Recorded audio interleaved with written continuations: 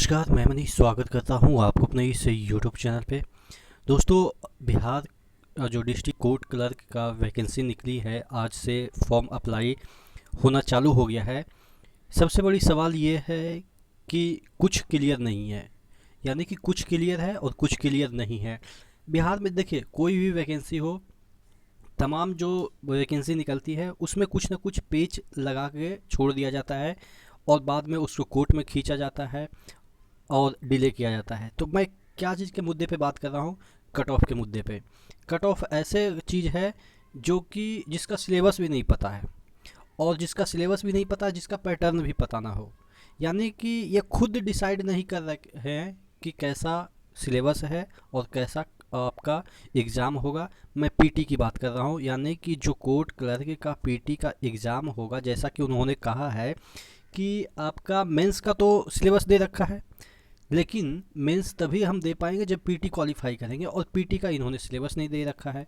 Negative है या नहीं है ये भी क्लियर नहीं कर रखा है। तो बिहार के जो बच्चे हैं वो थोड़ा सा एक्सपीरियंस, जो बहुत सारे एग्ज़ाम दिए होंगे, उनको पता होता है कि इस तरीके से नोटिफिकेशन में हर जगह पेज रख दिया जाता है, ताकि बाद में अगर वैकेंसी को रद्द करना पड़े तो वो कोर्ट में लेके चले जाए, या इस तरीके से डिले किया जाए। रद्द तो नहीं, लेकिन हाँ, डिले करने के लिए इसी तरीके से नोटिफिकेशन निकाले जाते हैं।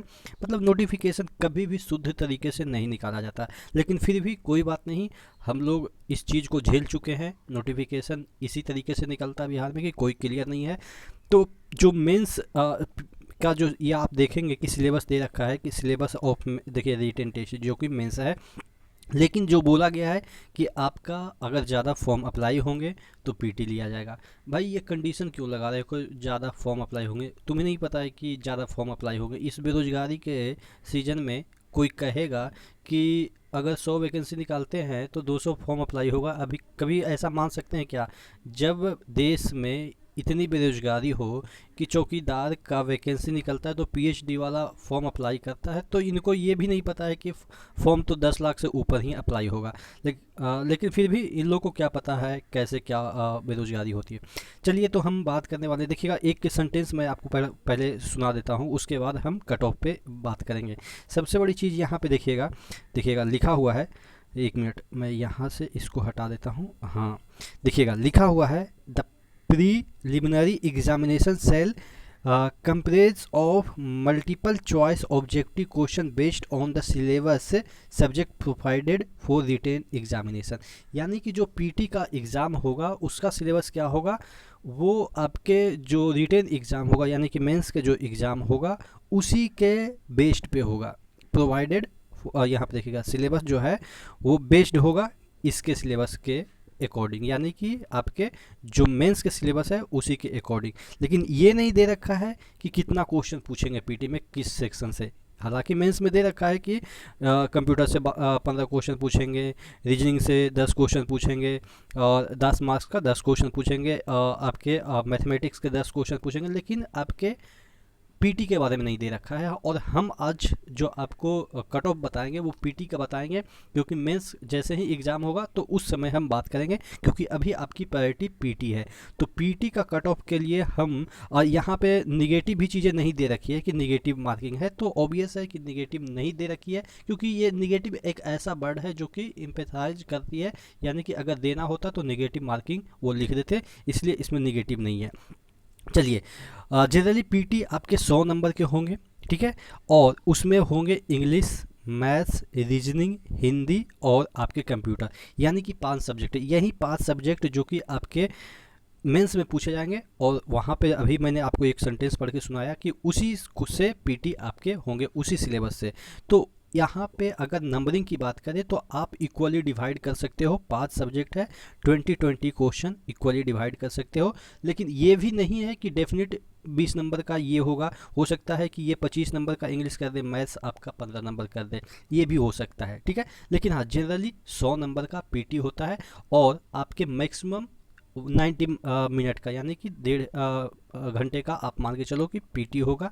1.5 घंटे में 100 क्वेश्चन, ज़्यादा कुछ है नहीं। जैसे कि आप जानते हैं कि बिहार में पीटी अगर होता है, बीएसएससी करवाती है, तो 2.25 घंटे में वो 150 क्वेश्चन पूछती है, यानी कि 6×12 130 135 मिनट में 150 क्वेश्चन। तो उस रेशियो से हम बात करें कि 90 मिनट में आपके 100 क्वेश्चन। देखिए सब ये पूर्वानुमान है, जब आपके नोटिफिकेशन में ही कुछ क्लियर नहीं कर रखा है तो आप अपने अकॉर्डिंग पूर्वानुमान लगा सकते हैं कि इसी तरीके से होगा। कोई डेफिनेट नहीं है, क्योंकि देखिए पिछली बार जो सिलेबस था, पिछली बार जो पैटर्न था वो इस बार चेंज हो गया। तो इस बार कौन सी गारंटी है कि जो कोई बोलेगा वो सही हो जाएगा, क्योंकि आप जानते हैं बिहार में कुछ भी संभव है। लेकिन हाँ, जनरली ऐसा ही होता है, जहाँ पे आपको क्लियर नहीं बताया जाता है कि पीटी होगा कि नहीं होगा, तो वहाँ पे इसी तरीके से आपका पैटर्न फॉलो किया जाता है।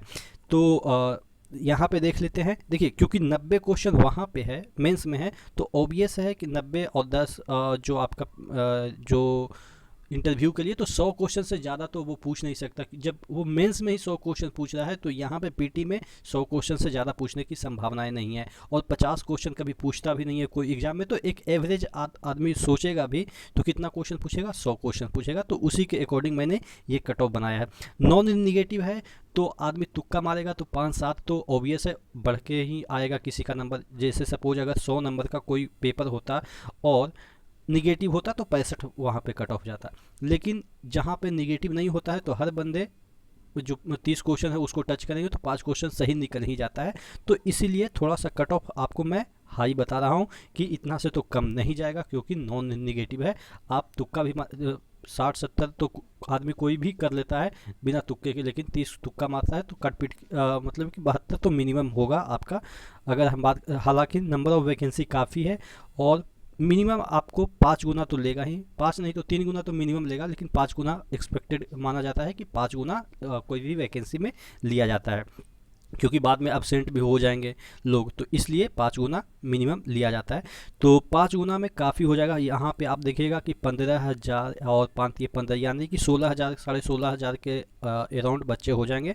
तो यहाँ पे मेल का और फीमेल का अलग अलग आपके जो कट ऑफ होंगे। यूआर में मेल का जाएगा 72 और फीमेल का 68, और बीसी की हम बात करें तो BC1 जिसे कर सकते हैं, और एक होता है BC2 यानी कि EBC जिसे कर सकते हैं, एक्सट्रीमली बैकवर्ड कास्ट जिसे कर सकते हैं। ये वाला सही मतलब कि ज़्यादा धनी होते हैं, ये कम धनी होते हैं, ये अकॉर्डिंग टू नीतीश कुमार। ठीक है ना, नीतीश कुमार ने ये सब कचड़ा कर रखा है। वो उस मुद्दे पे हम नहीं जाएंगे कि डिवाइड करो रूल करो वाला, ये सब चीज़ें नहीं। अच्छा बात है अगर दिया है किसी को आरक्षण, तो वो मैं उस मुद्दे पे नहीं जा रहा हूँ। चलिए, तो कट ऑफ की बात कर रहे थे। BC का 70 और फीमेल का 66 जाएगा। ये 100 में है जब ये चीज़ें नॉन निगेटिव है, यानी कि निगेटिव इसमें नहीं है। EBC का 66 और यहाँ पे फीमेल का 60 और EWS का 69 और यहाँ पे आपका 67 67, SC का 62 और फीमेल में अगर बात करें तो 58 और ST का 61 और 57, ये आपका फीमेल का।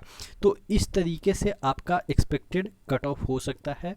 और इसी तरीके से मैं आपको प्यून और भी जो क्लर्क हैं उनका भी जो एक बचे हुए हैं, यानी कि जितने भी वैकेंसी इसमें 3 या 4 तरह के हैं वैकेंसी, सभी का अलग अलग से कट ऑफ और अलग अलग से हम उसको एनालिसिस करेंगे। उसके लिए बने रहेगा चैनल के साथ। चैनल पे नए हैं तो सब्सक्राइब कर लीजिएगा, क्योंकि यहाँ पे मैं एक एक चीज़ को बारीकी से समझ के आपको समझाने की कोशिश करूँगा। सपोर्ट कीजिए हमें भी, क्योंकि हम भी आप ही लोग के बीच से आते हैं, तो हमें भी आपकी सपोर्ट की आवश्यकता है। ठीक है, तो नेक्स्ट वीडियो में मिलते हैं। चैनल पर नए हैं तो सब्सक्राइब जरूर कर लीजिएगा। नेक्स्ट वीडियो मिलते हैं, तब तक के लिए धन्यवाद।